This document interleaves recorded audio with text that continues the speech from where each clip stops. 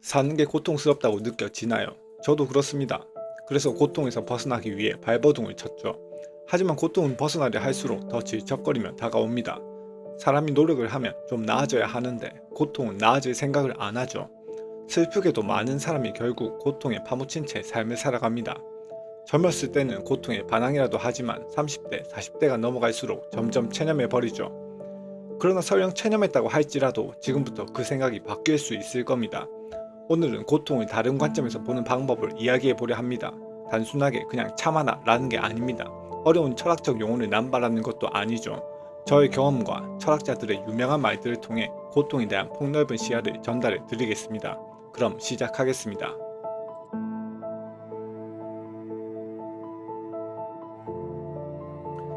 고통이란 뭘까요? 철학에서 고통을 말할 때 가장 많이 회자되는 명언이 있습니다. 바로 쇼펜하우어의 인생은 고통이다. 조던 피터슨 교수도 이 말을 자주 인용하며 다양한 강의를 해왔죠. 하지만 솔직히 말씀드리면 이 말이 썩 마음에 들지 않았습니다.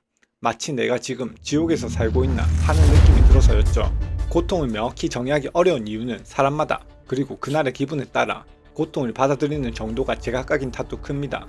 가령 편의점에서 일할 때의 다리 통증과 건설 현장에서 계속 짐을 옮기다 생긴 다리 통증을 비교해보면 같은 서 있는 상태라도 느껴지는 감정은 전혀 다르죠.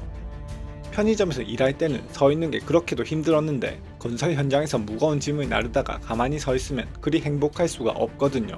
정작 다리는 건설 현장에 서 있을 때가 더 아픈데도 불구하고 말이죠.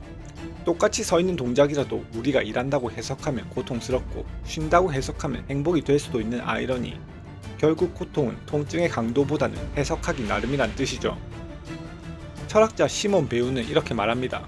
고통은 인간의 비참함을 새로이 창조하는 것이 아니라 이미 존재하던 심연을 드러낼 뿐이다. 즉 고통이 새롭게 무언가를 만들어내는 게 아니라 이미 내면에 있던 무언가를 일깨워주는 신호라는 거죠. 로마 황제이자 철학자였던 마르쿠스 아우렐리우스는 다음과 같이 말하기도 했습니다.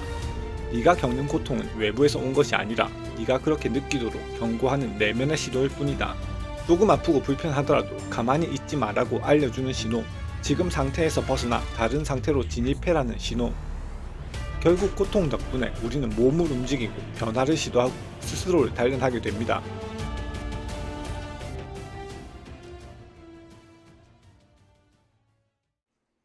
고통은 마치 훈련소의 교관과 같습니다. 삑삑 호루라기를 불며 이렇게 해 저렇게 해 하면서 훈련시키죠.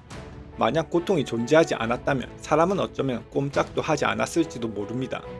침대에 누워있는 당신을 고통은 일어나게 만들죠. 가만히 앉아만 있는 당신을 서서 스트레칭하게 만듭니다. 교관은 분명 우리를 고통스럽게 하지만 그 목적이 우리를 파괴하기 위한 것이 아니죠. 오히려 더 나은 자아를 만들어내는 것이 교관의 목적입니다. 분명 교관은 엄격하지만 본질적으로 우리의 발전을 도모하는 존재라고 할 수 있죠. 또 고통은 태양에 비유되기도 합니다. 태양은 생명의 근원이자 우리가 살아가는 데 필수적인 존재죠. 하지만 너무 강하면 우리를 해칠 수도 있습니다. 마치 너무 강한 고통이 사람을 좌절하게 만드는 것처럼요. 고통은 우리를 힘들게 하면서도 동시에 우리를 단련시키고 성장하게 만듭니다. 태양 없이 식물이 자라지 않듯 고통이 사라지면 우리는 성숙해지거나 성장할 기회를 잃게 될 겁니다. 결국 고통을 무조건 외면하기보다는 너무 강하지 않도록 거리 조절을 하고 필요할 땐 적당히 받아들이는 연습이 필요하다는 뜻입니다.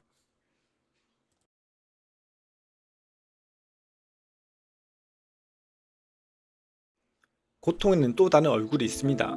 바로 행복이죠. 고통과 행복은 반대되는 개념으로 이해하기 쉽지만 사실 동전의 양면과 같습니다. 고통이 클수록 행복도 그만큼 클 수 있음을 우리는 경험을 통해 이미 알고 있습니다. 하지만 고통은 행복이라는 개념을 받아들이기는 힘드실 겁니다. 마치 휴대폰과 슈크림빵이 같다고 말하는 것처럼 들리실 테니까요. 그러니 처음에는 1+1 개념으로 받아들여 봅시다. 고통이 오면 행복도 무조건 따라오는 겁니다. 행복이 오면 고통도 무조건 따라오는 겁니다. 두 메뉴는 세트 메뉴고 절대 분리할 수 없습니다. 이게 동시에 온다는 것을 인지하지 못하는 이유는 다른 시공간에서 함께 받아들이기 때문이죠. 하지만 미래와 과거를 함께 볼 수 있는 시야로 생각해보면 고통이 클수록 미래에 닥쳐올 행복도 그만큼 클 수 있다는 것을 깨닫게 되죠. 그 반대도 마찬가지입니다. 지금 당장 동전을 봅시다. 우리는 동전의 한 면만을 볼 수 있습니다. 그래서 고통의 순간에는 고통만 보이고 행복의 순간에는 행복만 보이죠. 이런 이치를 받아들이면 공짜로 얻는 행복을 경계해야 한다는 말도 이해됩니다.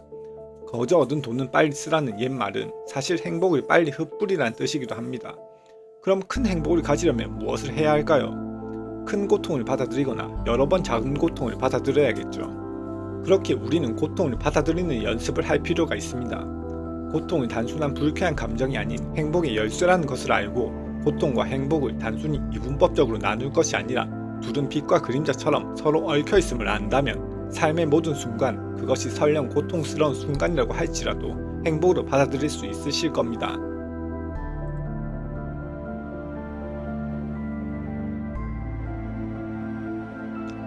다시 처음으로 돌아가 쇼펜하우어의 명언을 봅시다. 인생은 고통이다. 세상은 고통으로 가득 차 있다. 이 문장은 사실 삶의 일부를 정확히 짚고 있습니다. 하지만 여기서 끝나면 너무 우울하고 힘이 빠지죠. 팩폭이라는 게 원래 그렇습니다. 고통과 행복은 동전의 양면과 같다고 했죠. 그래서 저는 여기에 이렇게 덧붙이고 싶습니다. 인생은 고통이다. 세상은 고통으로 가득 차 있다. 그러니까 세상은 행복으로 가득 차 있는 것이다. 이 문장으로 고통에 대한 여러분의 인식이 조금은 따뜻해지기를 바랍니다. 고통이 왔다면 내 인생에 행복도 함께 왔다는 신호라는 것. 고통은 나를 괴롭히는 존재가 아닌 나를 성장시키는 존재라는 것. 오늘의 영상이 고통에 대한 다른 시각을 제공해 드렸길 바라며 저는 다음 영상으로 찾아뵙겠습니다. 채널의 메시지가 더 많은 사람들에게 퍼지는 데에는 여러분의 구독이 큰 힘이 됩니다. 긴 영상 시청해 주셔서 감사합니다.